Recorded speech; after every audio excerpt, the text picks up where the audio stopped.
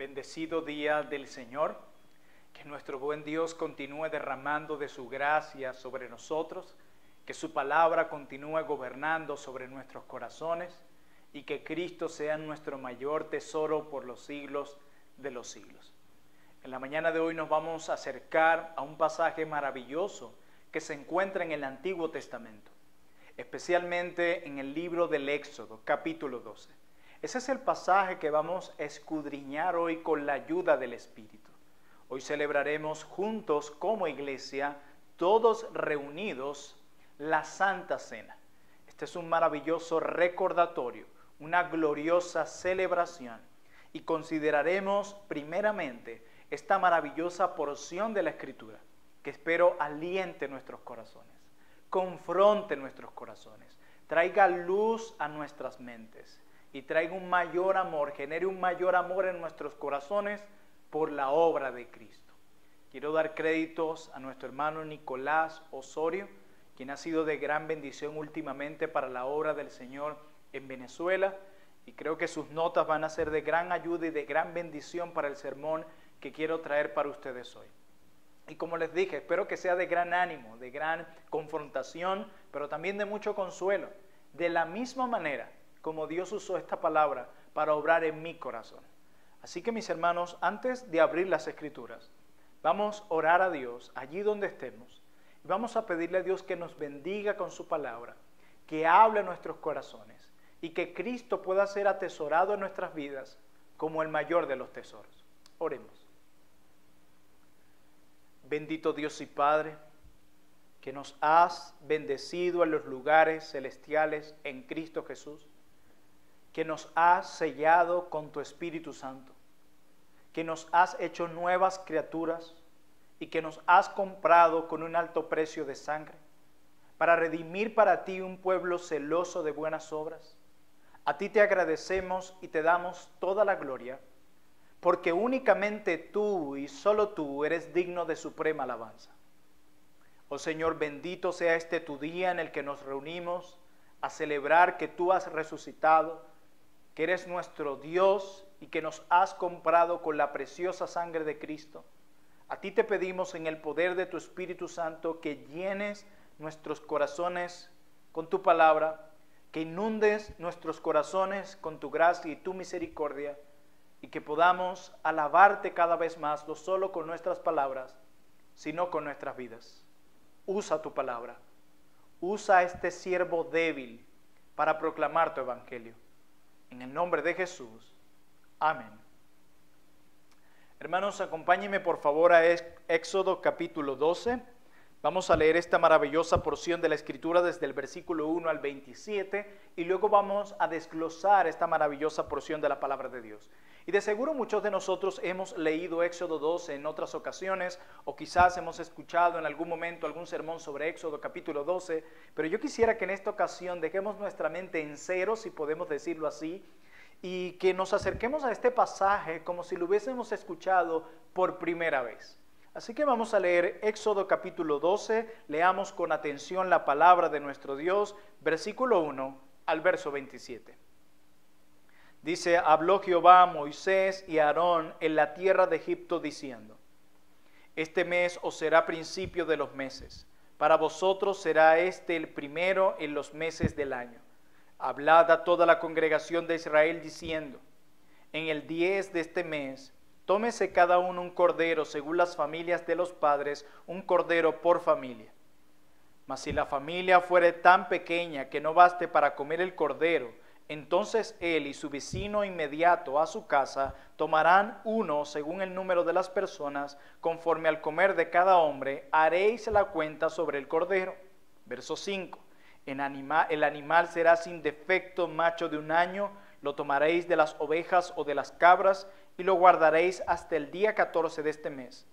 Y lo inmolará toda la congregación del pueblo de Israel entre las 2 tardes. Y tomarán de la sangre, y la pondrán en los 2 postes y en el dintel de las casas en que lo han de comer. Y aquella noche comerán la carne asada al fuego y panes sin levadura, con hierbas amargas lo comerán.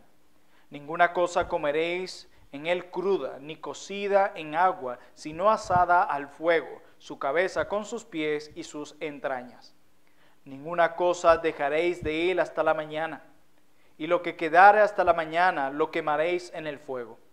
Y lo comeréis así, ceñidos vuestros lomos, vuestro calzado en vuestros pies, y vuestro bordón en vuestra mano, y lo comeréis apresuradamente.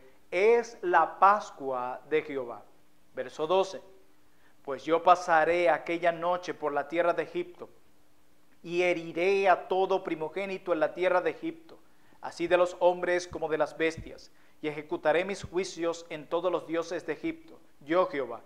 Y la sangre os será por señal en las casas donde vosotros estéis, y veréis la sangre, y pasaré de vosotros, y no habrá en vosotros plaga de mortandad cuando hiera la tierra de Egipto. Y este día os será en memoria, y lo celebraréis como fiesta solemne para Jehová durante vuestras generaciones, por estatuto perpetuo lo celebraréis. 7 días comerás pan sin levadura, y así el primer día haréis que no haya levadura en vuestras casas, porque cualquiera que comiere leudado desde el primer día hasta el séptimo será cortado de Israel. El primer día habrá santa convocación, y asimismo en el séptimo día tendréis una santa convocación. Ninguna obra se hará en ellos, excepto solamente que prepararéis lo que cada cual haya de comer, y guardaréis la fiesta de los panes sin levadura, porque en este mismo día saqué vuestras huestes de la tierra de Egipto. Por tanto, guardaréis este mandamiento en vuestras generaciones por costumbre perpetua. En el mes primero comeréis los panes sin levadura desde el día 14 del mes por la tarde hasta el 21 del mes por la tarde.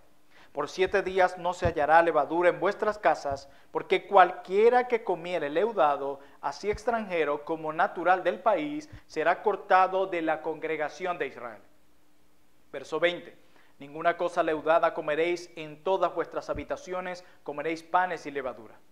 Y Moisés convocó a todos los ancianos de Israel y les dijo: sacad y tomaos corderos por vuestras familias y sacrificad la Pascua. Y tomad un manojo de hisopo y mojadlo en la sangre que estará en el lebrillo, y untad el dintel y los 2 postes con la sangre que estará en el lebrillo. Y ninguno de vosotros salga de las puertas de su casa hasta la mañana. Recuerden que esa noche pasaría Jehová por allí, el Espíritu de Jehová. Y dice el texto 23, porque Jehová pasará hiriendo a los egipcios, y cuando vea la sangre en el dintel y en los 2 postes, pasará Jehová aquella puerta y no dejará entrar al heridor en vuestras casas para herir. Guardaréis esto por estatuto para vosotros y para vuestros hijos para siempre. Y cuando entréis en la tierra que Jehová os dará, como prometió, guardaréis este rito. Y cuando os dijeren vuestros hijos, ¿qué es este rito vuestro? Vosotros responderéis: es la víctima de la Pascua de Jehová, el cual pasó por encima de las casas de los hijos de Israel en Egipto, cuando hirió a los egipcios y libró nuestras casas. Entonces el pueblo se inclinó y adoró. ¿Qué porción tan maravillosa de la palabra de Dios? Es inevitable no impactarnos y no asombrarnos cuando leemos esta porción de las Sagradas Escrituras. Y existe un énfasis que podemos visualizar en todo el capítulo 12 del libro del Éxodo. Y la idea en todo este texto es no olvidar. La idea de Dios en cada una de estas fiestas con detalles establecidos es recordarles al pueblo o darles como mandamiento al pueblo que no olviden. En el versículo 2 de nuestro texto, Dios establece lo que será el calendario del pueblo de Dios. Y luego en el versículo 14 del texto que acabamos de leer, vemos una exhortación a no olvidar. Y lo dice de esta manera: este día os será en memoria, siempre debe ser recordado. Luego en el versículo 17, el Señor les dice que deben guardar este día por todas sus generaciones. De nuevo está la idea, no olviden. Y en los versículos 25 al 27, el autor se pregunta: ¿qué pasa si nuestros hijos se llegan a preguntar en el futuro qué significa este rito que estamos realizando? ¿Qué les diremos? Bueno, Jehová les dice que ellos debían brindar una respuesta, la cual tenía que ver con aquella redención, para que ellos pudieran recordarla a sus hijos, para que ellos pudieran recordarla a las próximas generaciones. Pero para poder recordarla a las próximas generaciones, ellos mismos no podían olvidarla. Así que hay un énfasis aquí en nuestro texto de no olvidar, no olviden, no olviden, no olviden. Y este es mi mensaje de hoy para cada uno de ustedes y lo he titulado No olvidemos nuestra redención. Prohibido olvidar. Y es eso lo que quiero que veamos a lo largo de este maravilloso texto. Pero antes de entrar al primer versículo, yo quisiera decirles que sin duda alguna todos debemos reconocer que somos propensos a olvidar. Todos tendemos a olvidar incluso en nuestras vidas aquellas cosas que suelen ser las más importantes.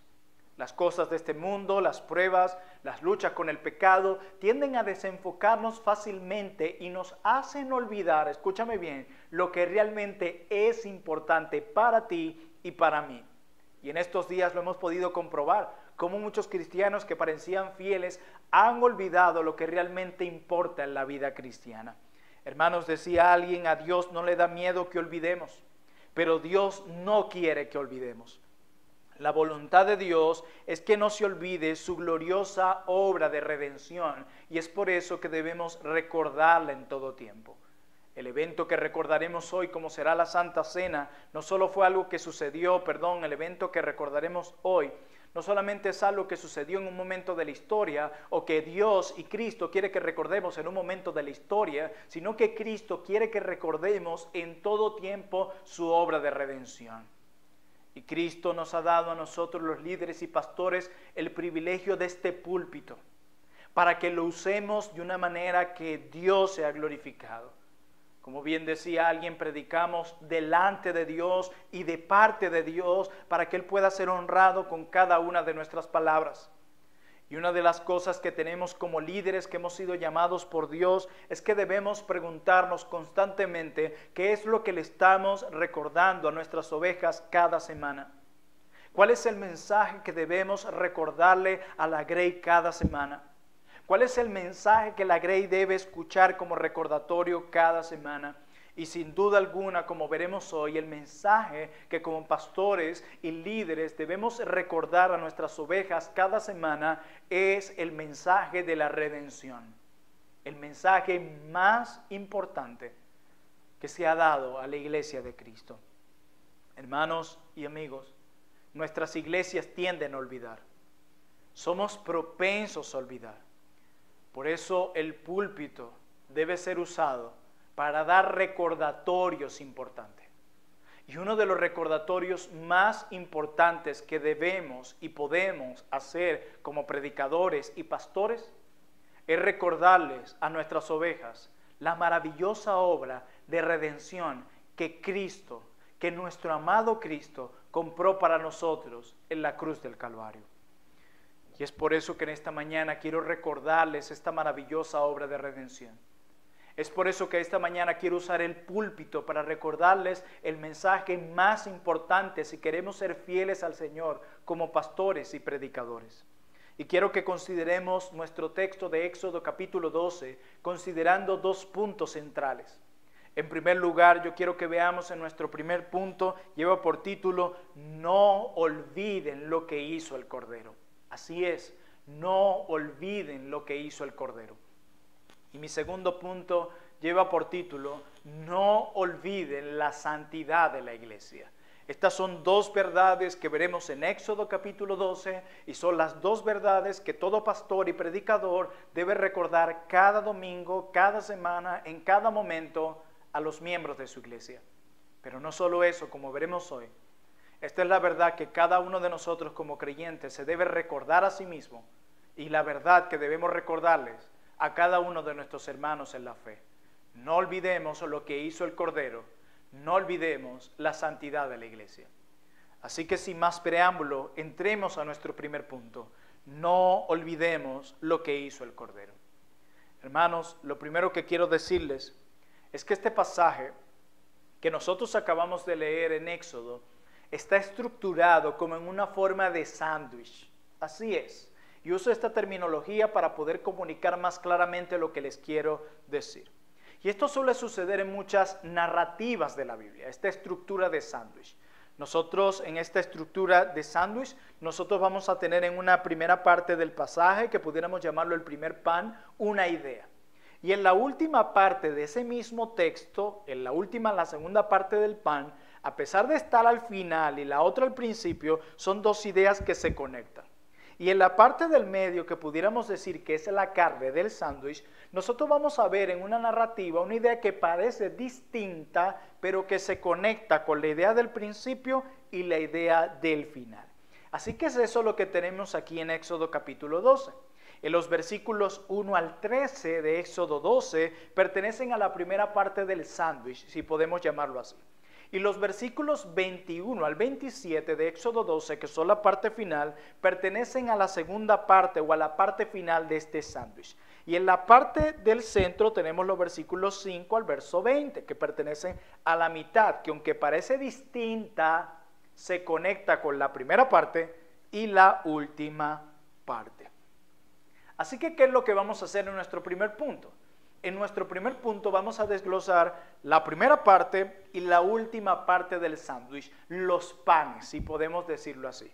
¿Y por qué los vamos a explicar en conjunto? Porque la primera parte de este texto y la última se solapan, se conectan, transmiten la misma idea. ¿Y cuál es esa idea que transmiten los versículos 1 al 13 y 21 al 27, la primera parte y la parte final de Éxodo 12? Pues la idea que se desarrolla y es la institución de la Pascua. Esas son las ideas que tenemos en la primera parte y en la parte final de Éxodo 12, los panes del sándwich, la institución de la Pascua. Y lo que vamos a hacer en esta idea que se transmite en estos maravillosos pasajes es que vamos a responder al qué de la Pascua, vamos a responder al cómo de la Pascua y el por qué de la Pascua. Así que lo que Moisés hace aquí es decirnos a nosotros qué es la Pascua. Eso es algo que se hace aquí en Éxodo 12. También nos responde a la pregunta de cómo se va a llevar a cabo la Pascua. Y en tercer lugar responde a la pregunta de por qué se debe celebrar la Pascua. Así que sin más preámbulo, vamos a examinar el qué, nuestro primer punto acerca de que no olvidemos lo que hizo el Cordero. ¿Qué es la Pascua? Bueno, etimológicamente hablando, Pascua viene del hebreo pesá, que significa paso o salto. Notan eso, no lo olviden, porque esto va a ser muy importante para entender el resto del pasaje. Pascua significa paso, pasar por alto o saltar algo, paso o salto. Y la idea en nuestro texto era que Dios iba a pasar por Egipto trayendo juicio. Pero las casas de su pueblo las iba a pasar por alto. ¿Notan eso? ¿Ven cómo se conecta con el significado de la palabra? Y lo voy a volver a decir. La idea era que Dios iba a pasar por alto, por Egipto trayendo juicio. Pero las casas del pueblo de Israel las iba a pasar por alto en el juicio. Eso es lo que básicamente vemos en los de estos primeros versículos y en la parte final de Éxodo 12. De hecho, vamos a leer los versículos 11 al 13 de Éxodo 12. Y quiero que mantengas tu Biblia abierta allí porque vamos a leer varios de estos pasajes. Éxodo 12, verso 11 en adelante. Y lo comeréis así. Ceñid vuestros lomos, vuestro calzado en vuestros pies y vuestro bordón en vuestra mano, y lo comeréis apresuradamente. Es la Pascua de Jehová. Y miren esto en el verso 12. Pues yo ¿qué? Pasaré. ¿Se acuerdan lo que significa Pascua? Paso o salto. Y dice el verso 12, pues yo pasaré aquella noche por la tierra de Egipto y heriré a todo primogénito en la tierra de Egipto, así de los hombres como de las bestias, y ejecutaré mis juicios en todos los dioses de Egipto, yo Jehová. Y la sangre os será por señal en las casas donde vosotros estéis. Y veré la sangre, ¿y qué? Y pasaré. Acuérdate lo que significa la palabra Pascua. Y pasaré de vosotros, y no habrá en vosotros plaga de mortandad cuando hiera la tierra de Egipto. De manera, mis hermanos, que la celebración de la Pascua era la celebración en que Dios pasó por alto a su pueblo en el juicio. Eso era lo que el pueblo de Israel celebra en la Pascua.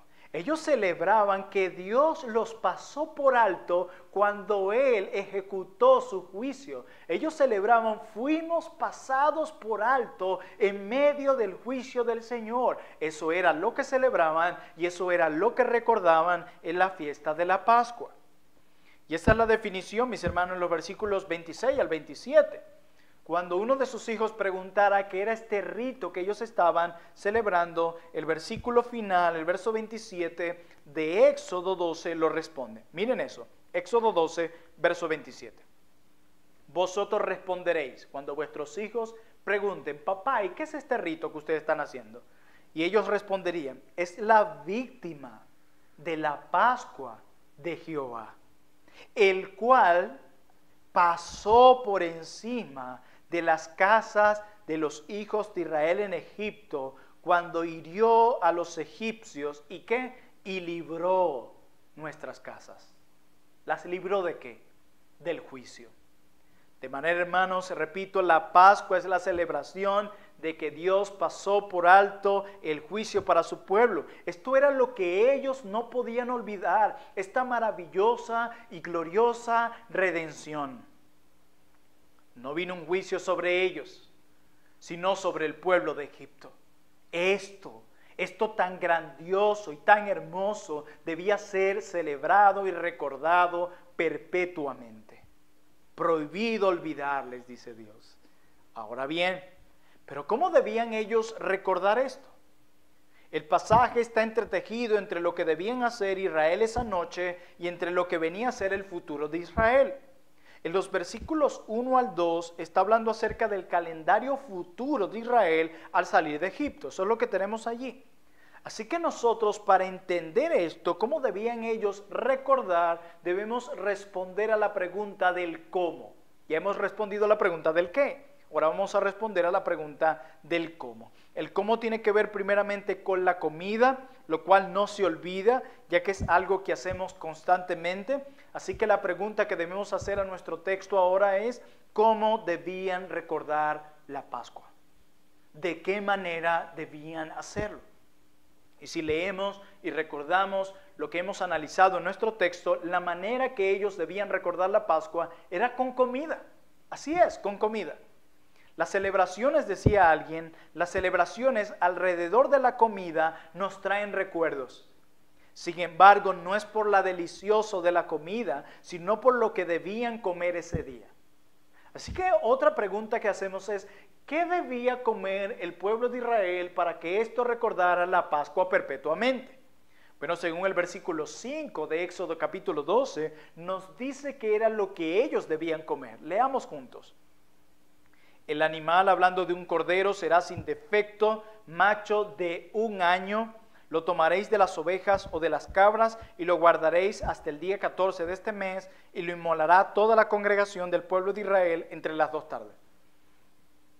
¿Cuánto tiempo de vida debía tener el cordero? Según este texto, 1 año. ¿Cada cuánto se celebraba la Pascua? Cada año. ¿Notan ese detalle? ¿Por qué es importante? Porque en otras palabras, estas personas debían durar todo 1 año, escúchame bien, todo 1 año debían durar protegiendo un cordero, para que el día 14 del mes del siguiente año mataran a ese cordero y se lo comieran como recordatorio de la Pascua. Todo el año, mis hermanos, todo 1 año, esas personas estaban enfocados, totalmente enfocados, de alguna manera en cuidar a ese cordero. O sea que todo ese año la vida de esas personas giraba alrededor del cordero. Y el cuidar de ese cordero todo ese año, ¿qué le recordaba? La Pascua. O sea que todo su año, toda su vida giraba alrededor de esta fiesta solemne que ellos debían celebrar. Del primer rebaño del año encuentran un cordero perfecto, sin mancha, y lo protegen. Lo debían proteger por todo 1 año. Y tenían que cuidarlo de tal manera que pudieran sacrificarlo el día de la Pascua. Pero no solo debían comer el cordero, sino que también debían usar la sangre de ese cordero, y usaban la sangre del cordero para pintar sus puertas, el dintel y los postes de las puertas. Miren cómo lo dice el verso 13 de Éxodo 12. y la sangre os será por señal en las casas donde vosotros estéis, y veré la sangre y pasaré. Recuerda lo que significa Pascua. Y pasaré de vosotros, y no habrá en vosotros plaga de mortandad cuando hiera la tierra de Egipto. Imagínate ver todo el año esa marca. Imagínate ir a la casa de los israelitas y cada vez que los fueses a visitar, vieras esas manchas de sangre de cordero en sus puertas. ¿Qué te recordaría el ir a esas casas y ver esa mancha constantemente? La Pascua. La Pascua. Así es. Fíjese, el cuidado del cordero por un año para esa fiesta les iba a recordar por todo un año la Pascua. Las manchas en las puertas, cada vez que las veían, les iba a recordar todo un año la Pascua. Yo no sé si ustedes han visto esas casas donde dejan los adornos de Navidad colocados todo un año. Si tú vas en junio a la casa de un familiar que tiene todavía el arbolito y allí las guirnaldas y todo lo que la gente coloca en Navidad, ¿qué te recuerda el entrar en junio a esa casa? Navidad. Inmediatamente. Pues cada una de estas marcas y este cuidado con el cordero por todo un año, ¿qué les recordaría al ver estas marcas cualquier parte del año? La Pascua. Les recordaría la redención. ¿Ven, hermanos, lo que Dios quiere? Que no olviden vuestra redención. Dios no quiere que olvidemos aquellas verdades que son importantes para nosotros. Hermanos, cada una de estas cosas recordaría que Dios pasó por alto el juicio. Dios pasó por alto el juicio sobre su pueblo. ¡Qué recordatorio tan hermoso! Así que esta es la manera en cómo ellos debían recordarlo. Ya vimos el qué y el cómo. Ahora veamos el por qué. Esto es sumamente importante. En primer lugar, acerca del por qué ellos debían celebrar esta fiesta, en primer lugar se debía al hecho de que la Pascua definía la identidad del pueblo de Israel. La Pascua definía la identidad del pueblo de Israel. Ellos eran los rescatados de Dios. El pueblo de Israel eran los redimidos de Dios. Así que esta celebración acerca del por qué era un recordatorio único de la identidad del pueblo de Dios. Los únicos redimidos son aquellos que hacen parte ahora del pueblo de Dios. Esto nos recuerda nuestra identidad. Es importante también agregar que ellos debían recordar esta Pascua cada año, ya que esto los estaría preparando para la verdadera Pascua. Esta celebración que tenemos en Éxodo capítulo 12 apuntaba a una Pascua mayor y más gloriosa. Y eso sin duda alguna levanta más preguntas en nuestra mente. ¿Por qué un cordero y sangre? ¿Por qué? Bueno, mis hermanos, en la última Pascua, el día de la redención del pueblo de Dios, el día en el que el verdadero Cordero, el Cordero de Dios que quita el pecado del mundo, fue sacrificado para librar a su pueblo del juicio, esa noche Jesús tomó el pan y habiendo dado gracias, dijo las siguientes palabras: este es mi cuerpo que por ustedes es partido. Hagan esto en memoria de mí. Estas fueron las palabras de Cristo cuando instituye la Santa Cena. Dice, este es mi cuerpo que por vosotros es partido, y cuando tomen el jugo de uva, esta es mi sangre que por vosotros será derramada. Así que hagan esto en memoria de mí, como recordatorio. ¿A qué se les viene a la mente cuando examinas estas palabras de la institución de la Santa Cena en el Nuevo Testamento? A lo que acabamos de exponer, es Cristo diciéndole ahora a los apóstoles, no olviden, no olviden. Cada vez que nos acercamos a la mesa del Señor es un recordatorio glorioso de nuestra redención. Jesús está diciendo, mis amados hermanos, que todo ese memorial que Israel debía recordar cada año estaba apuntando a Él, quien es nuestra verdadera y última Pascua. Hermanos, nuestro Señor Jesucristo es el verdadero Cordero ofrecido por nosotros para que Dios no nos incluya en el juicio. Solamente Cristo puede librarte del juicio de Dios. Solamente Cristo puede cargar con tu pecado y con la vergüenza que trae el pecado. Hermanos, ¿quién condenará a los escogidos de Dios?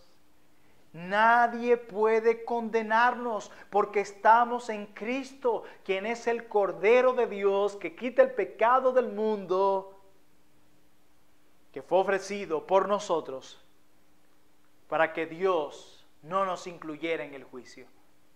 Todo aquel que ha venido a Cristo en arrepentimiento sincero y en fe en la persona y en la obra de nuestro Señor Jesucristo, ha sido librado del juicio. No tiene nada por qué temer. Y déjame decirte que la opinión que Cristo tiene de ti, que Dios tiene de ti, es la que realmente importa. Y a través de la obra de Cristo, no de nuestros méritos. Nosotros no ofrecimos nada para ser salvos. Lo único que nosotros trajimos a la salvación fue nuestros pecados horrendos. Realmente fue la obra de Cristo la que nos rescató, y únicamente por Él hemos sido declarados justos delante de Dios el Padre. De hecho, cuando vamos al último libro de la Biblia, en Apocalipsis, nosotros vemos a Dios trayendo juicio a las naciones. Porque es eso lo que Dios va a hacer. Dios envió a su Hijo la primera vez para lidiar con el pecado de los hombres, para que todo que se arrepienta y cree en Jesús como su Señor y Salvador, como el Redentor de su alma, será salvo. Pero en su segunda venida, Cristo no vendrá a rescatar a los hombres de su pecado, sino a castigar a los hombres que sigan en sus pecados. Y vendrá con todo su juicio y justicia. En su primera venida, cuando fue azotado y sacrificado, no abrió su boca. Eso dice la Escritura. Pero en su segunda venida, sus palabras serán como una espada filosa, a través de la cual condenará y destruirá al mundo. Pero en este momento en Apocalipsis, donde Dios está trayendo juicio a todas las naciones, en el último verso de Apocalipsis capítulo 6, Dios nos declara lo siguiente: porque el gran día de su ira ha llegado. Ese día vendrá y nadie lo cambiará en el calendario divino. Porque el gran día de su ira ha llegado. ¿Y quién podrá sostenerse en pie? Buena pregunta, ¿verdad? ¿Quién podrá detenerse en pie ante el tsunami de la ira de Dios que será derramada sobre todo hombre? ¿Quién podrá mantenerse en pie? Y la respuesta a esa pregunta se encuentra en el capítulo 7 de Apocalipsis, donde Juan nos dice que Dios tiene unas personas selladas.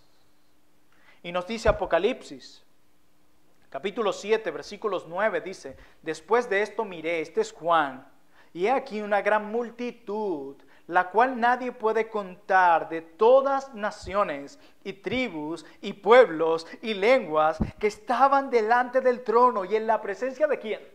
Del Cordero, vestidos de ropas blancas y con palmas en las manos, y clamaban a gran voz diciendo: la salvación pertenece a nuestro Dios, que está sentado en el trono, y al Cordero. Aquí tenemos a hombres y mujeres de toda lengua, tribu y nación, siendo librados de la ira de Dios debido a la obra del Cordero. Es eso lo que tenemos aquí. Así que la pregunta: ¿quién puede mantenerse en pie ante la ira de Dios que será derramada en su segunda venida? ¿Quién puede mantenerse en pie? Todos aquellos que han sido salvados por la sangre del Cordero, todos aquellos que han sido salvados por la obra de Cristo, todos aquellos que se han arrepentido de sus pecados, que han reconocido que son pecadores merecedores del infierno y que se han aferrado a Cristo como ese gran manantial de salvación que puede llevar la carga en sus almas y que puede perdonar sus pecados. Esos se mantendrán en pie en el día del juicio. Es eso lo que dice nuestro texto. Así que si tú eres un creyente, una creyente, puedes verte en este panorama futuro que establece Apocalipsis 7. Si tú eres un creyente, eres parte de estos, de toda lengua y tribu y nación, que estás puesto en pie delante del Cordero con ropas blancas. ¿No es esto glorioso? ¿No es esto alentador y esperanzador? Por eso, como pastores, debemos recordarle constantemente a nuestras ovejas la redención. Debemos recordarles cómo el Cordero de Dios que quita el pecado del mundo, nuestro amado Jesucristo, nos libró del juicio de Dios. Esto debe ser recordado, mi hermano. Todos los días recuérdate esta verdad. Todos los días proclama esta verdad. Recuérdale a tus hermanos esta verdad. Que se siga proclamando desde el púlpito esta verdad. ¿Cuál es la verdad que más te recuerdas cada semana? ¿Cuáles son las cosas que más pasan tiempo en tu mente cada semana? Quiera Dios que sea la realidad de la redención. Recordémosle a nuestra iglesia la redención. Debemos recordarles cómo la sangre de nuestro Señor Jesucristo, derramada en la cruz del Calvario, fue derramada para librarnos del juicio divino. Prohibido olvidar. No olvidemos nuestra redención. Ese es el motor de nuestras almas. Esa es la motivación ante la tentación y la lucha contra el pecado. Esa es la gran motivación y el recurso divino para vivir una vida santa y piadosa. Es nuestra redención. Es nuestra redención. Todos los hombres necesitan de esta redención. Así que ya hemos visto en nuestro primer punto qué fue lo que hizo el Cordero, qué fue lo que compró para nosotros y cómo esto debe ser recordado por siempre. Así que en segundo y en último lugar, nuestro segundo punto es: no olviden la santidad de la iglesia. Veremos cómo esta porción se encuentra en nuestro texto y que no está desligada de lo que acabamos de ver. Recuerden que esta es la parte de medio del sándwich. Ya vimos el primer pan y el último pan, la primera parte y la última parte del texto, que aunque está en el principio y el final, conectan la misma idea, la institución de la Pascua. Ahora veamos la porción que está en el medio, que tiene que ver con otra celebración, que es la celebración de los panes sin levadura. Y quiero que veamos cómo esta se conecta con la realidad de que no podemos olvidar la santidad que Dios demanda de su iglesia. Verso 15 de Éxodo 12. 7 días comeréis panes sin levadura, y así el primer día haréis que no haya levadura en vuestras casas, porque cualquiera que comiere leudado desde el primer día hasta el séptimo será cortado de Israel. Después de la Pascua, ellos debían celebrar la fiesta de los panes sin levadura.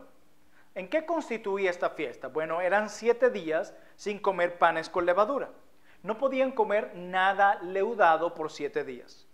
Y una de las cosas que esto les recordaba a los israelitas era su salida de Egipto. Esta fiesta de los panes sin levadura les recordaría su salida de Egipto.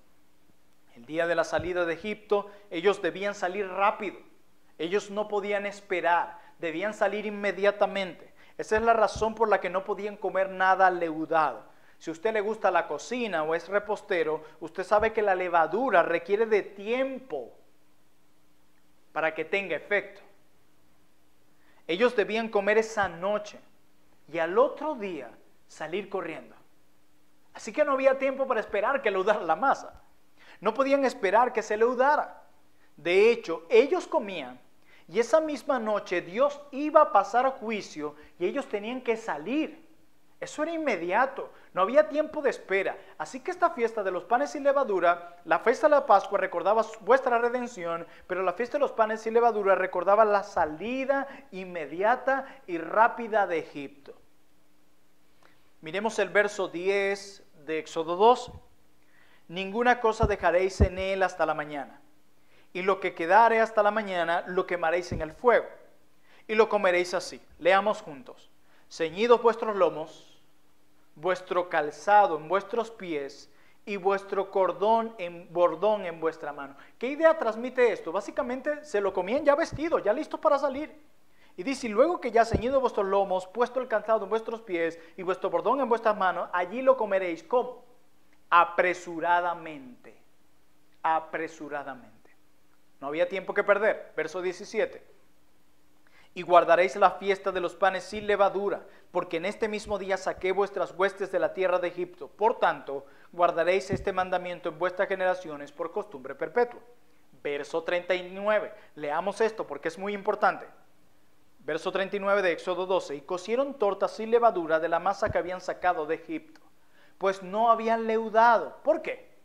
Porque al echarlos fuera los egipcios no habían tenido tiempo ni para prepararse comida. Ellos debían comer e inmediatamente salir. ¿Qué significa esto que tenemos aquí? Bueno, comer panes sin levaduras era un símbolo de salir. Así es.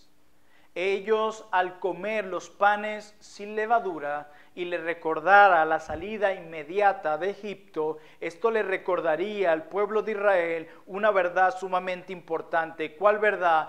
Ya ustedes no son de Egipto. Ya ustedes no pertenecen a Egipto. Ese era el recordatorio.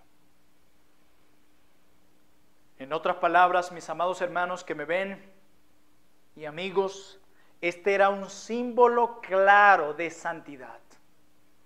Ustedes no son de ese pueblo, está diciendo Jehová. Ellos eran un pueblo apartado por Dios y para Dios. Ellos no eran como Egipto, ni tenían que ser como Egipto. Ellos debían irse, salir de Egipto para confirmar que ellos no eran de allí, ni que pertenecían allí, sino que eran parte del pueblo de Dios. Y un dato importante para nosotros es el hecho de, pero, ¿qué sucedía, pastor, si alguien se resistía a guardar esta fiesta de los panes sin levadura? Pastor, pensemos en esto. ¿Qué pasaría si alguien decía, no, yo sí voy a poner a leudar la masa? Lo cual implicaba más bien quedarse allí. ¿Qué implicaba? Bueno, el verso 15 de Éxodo 12 responde a esa pregunta. 7 días comeréis panes sin levadura, y así el primer día haréis que no haya levadura en vuestras casas, porque cualquiera que comiere leudado desde el primer día hasta el séptimo, ¿qué le pasaría? Será cortado de Israel. Y esto era así. ¿Saben por qué? Porque si alguien quería leudar la masa, era porque no quería salir de Egipto. Recuerden que comer pan sin levadura recordaba la salida de Egipto. No somos parte del pueblo de Egipto, somos el pueblo de Dios y apartado para Dios y no queremos seguir aquí. Pero aquel que leudara la masa era porque no quería salir de Egipto. Es porque quería quedarse en Egipto. Es porque demostraba que no era parte del pueblo de Dios. Por ello, cada vez que recordaban esta fiesta, ellos debían recordar, ustedes no son de Egipto. Este era un mandamiento que debían recordar perpetuamente y que debían mantener siempre en su memoria. Así que al celebrar esta fiesta era un recordatorio que ellos eran un pueblo santo, un pueblo totalmente diferente. Siglos después, en el Nuevo Testamento, el apóstol Pablo hizo referencia a este mismo pasaje bíblico para hablar nada más y nada menos que de la disciplina eclesiástica. Pasaje bíblico en primera carta de Pablo a los Corintios, capítulo 5, donde se habla de un miembro de la iglesia que estaba sosteniendo relaciones sexuales con la esposa de su padre. Y dice Pablo en 1 Corintios, capítulo 5, versículos 6 al 8, lo siguiente. No es buena vuestra jactancia. Esto se lo está diciendo a los corintios, quienes en lugar de disciplinar duramente a este hombre, estaban tolerando el pecado, creyéndose más misericordiosos que Dios.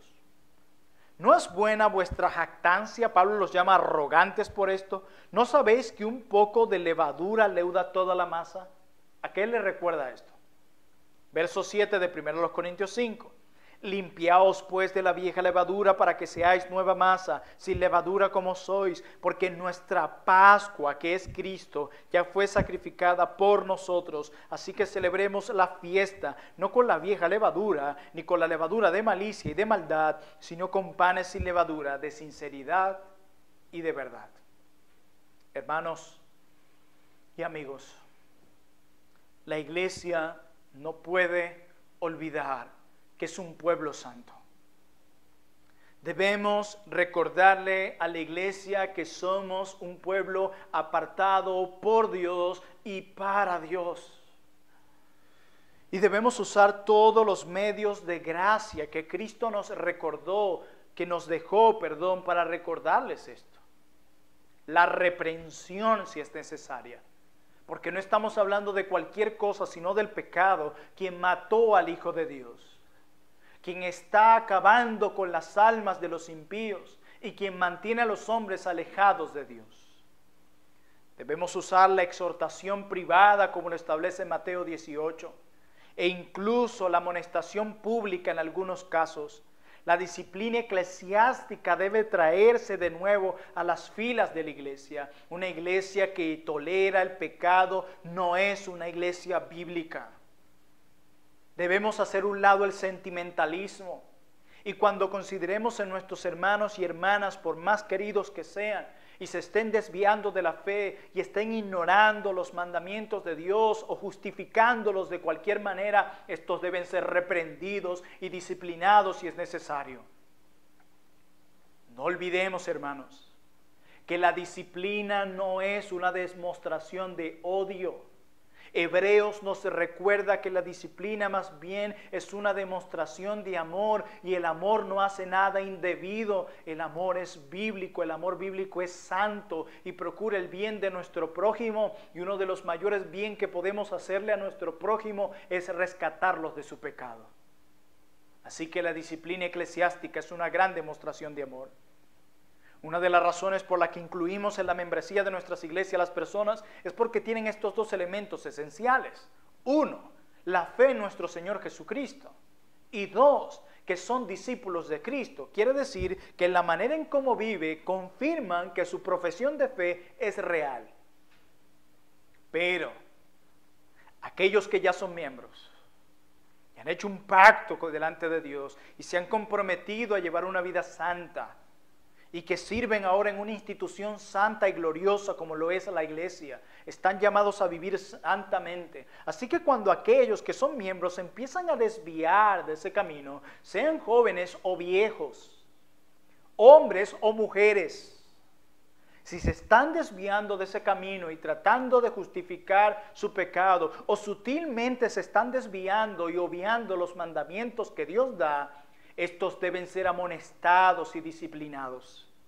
Y si estos, a pesar de lo que enseña la Biblia y a pesar de la amonestación con gracia, se resisten a arrepentirse de sus pecados, estos deben ser excomulgados, como lo declara Mateo 18.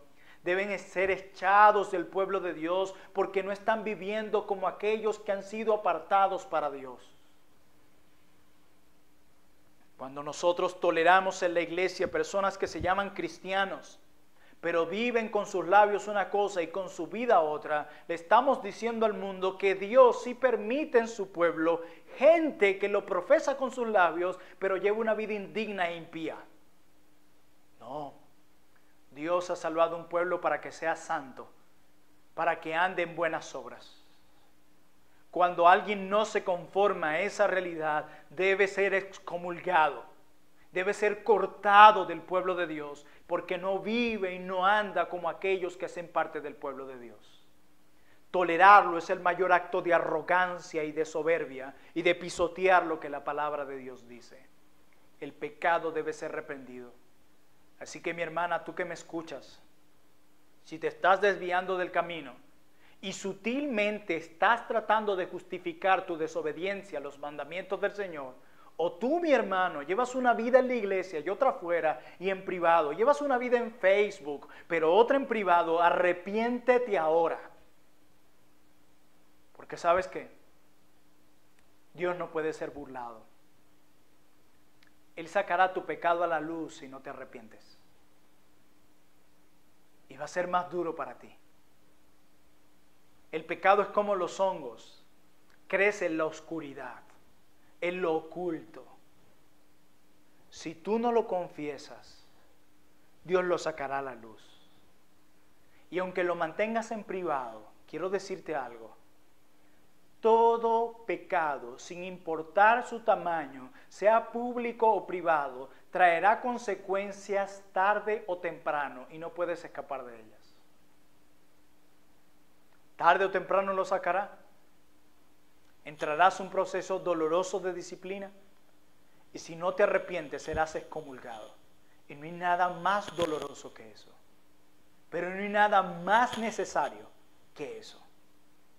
La iglesia está llamada a ser santa. Y esto es algo que siempre debemos recordar. No olvidemos la conexión de la fiesta de los panes y levadura con la fiesta de la Pascua.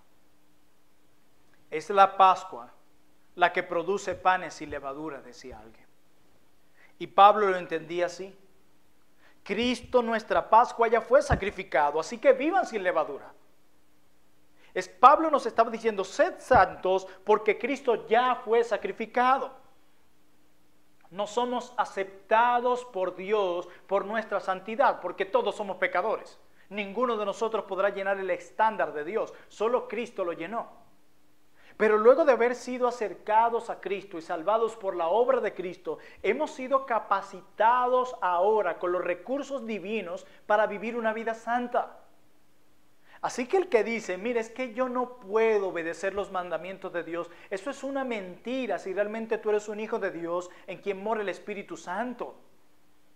Mire, siempre lo he dicho, detrás de un no puedo, lo que realmente es un no quiero.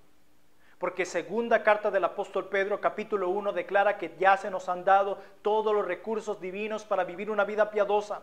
Dios nos ha capacitado para vivir la vida que Él quiere que vivamos. ¿No es bueno nuestro Dios? Nos rescata de nuestra mala manera de vivir y luego que nos rescata pone su espíritu en nosotros y todo el poder divino para que vivamos a la vida que Él quiere que vivamos. La iglesia puede ser santa porque el Cordero ya fue sacrificado. No tiene que haber santidad para que exista Pascua. Podemos vivir en santidad porque hubo Pascua. Por la obra de Cristo y únicamente por la obra de Cristo es que podemos ser santos. La Biblia nos dice en 1 de Pedro 1:18, sabiendo que fuiste rescatado de vuestra vana manera de vivir, la cual recibiste de vuestros padres, no con cosas corruptibles como oro y plata, sino con la sangre preciosa de Cristo. Y miren esto, como de un ¿qué? Como de un cordero sin mancha y sin contaminación. ¿A qué le recuerda esto? Éxodo 12. Hermanos y amigos, el efecto, el fruto de la Pascua en la vida de un pecador es la santidad. Hermana mía, tú tienes todos los recursos ahora para refrenar tu lengua, para controlar tus emociones, para ser prudente, para sujetarte a tu esposo, respetarlo, amarlo y ser cuidadora de tu hogar. Tú tienes todos los recursos para guardarte de la mentira, el chisme y la hipocresía. Mi hermano mío, tú tienes todos los recursos divinos para guardar tus ojos de la pornografía, para guardar tu corazón de la impureza, de la avaricia, del descontento, de la ansiedad, de la incredulidad. Tienes todos los recursos para vivir una vida prudente y refrenada, humilde y apartada del orgullo. Tenemos todos los recursos divinos, gloria a Dios por eso. Decía J.C. Ryle, y con esto voy terminando, el hombre regenerado es santo. Se esfuerza para vivir según la voluntad de Dios, hacer lo que le agrada a Dios y evitar lo que Dios aborrece. Su objetivo y deseo es amar a Dios con todo su corazón, alma, mente y fuerza, y a su prójimo como a ti mismo, como a sí mismo. Esa es una vida santa, la cual tiene los recursos para vivir. Oh, amado hermano, prohibido olvidar. Así que como pastores debemos recordarles a nuestras ovejas lo que hizo el Cordero, pero también recordarles que no olviden que la iglesia está llamada y capacitada para vivir en santidad. La iglesia de hoy está enfocada en protocolos, actividades y se ha olvidado de lo esencial que es nuestra redención. Se ha olvidado esta verdad central del cristianismo. Se ha olvidado proclamarla. La Biblia no es un conjunto de conductas morales o de principios, nada más. La Biblia cuenta una sola historia de Génesis a Apocalipsis y es la historia de redención. Todo gira alrededor de Cristo. Él es el personaje principal, el protagonista de la historia. Amados hermanos, no olvidemos que Cristo es nuestra Pascua. Tú que estás allí con Cristo, sin Cristo, puedes venir hoy, encontrar refugio en Él y hallar vida. Quien se acerca a Cristo halla vida. Quien se mantiene alejado de Cristo, Él le esperará la muerte. Y no hablo de la muerte física solamente. Hablo de la muerte del alma. Hablo de seguir enfrentando el dolor que trae el pecado. No tienes por qué continuar este rumbo tan desdichado y deprimente. No te justifiques con tu propia justicia. No enciendas tu abogado interno. Reconoce tus pecados y que necesitas a Cristo y que solo Él puede rescatarte de la ira de Dios. Hermanos, demos gracias porque su sangre derramada nos libró del juicio. No olvidemos la santidad de la iglesia. Hemos sido apartados para Dios. Recuerden que Egipto es figura del mundo y su pecado. No tienes por qué vivir con este pecado que es figura de la levadura. Apártate de él o perecerás. Si no te apartas de tu pecado hoy, Él te alcanzará, perecerás, te destruirá. El pecado no tiene compasión de ti. No busca tu bien. Solo te engaña y te hace promesas que nunca ha podido ni podrá cumplir. Solamente Cristo satisface. Solamente Cristo nos libra de la ira de Dios. Solamente Cristo nos puede dar los recursos divinos para vivir una vida santa y piadosa, porque somos un pueblo apartado por Dios y para Dios. Dios los bendiga.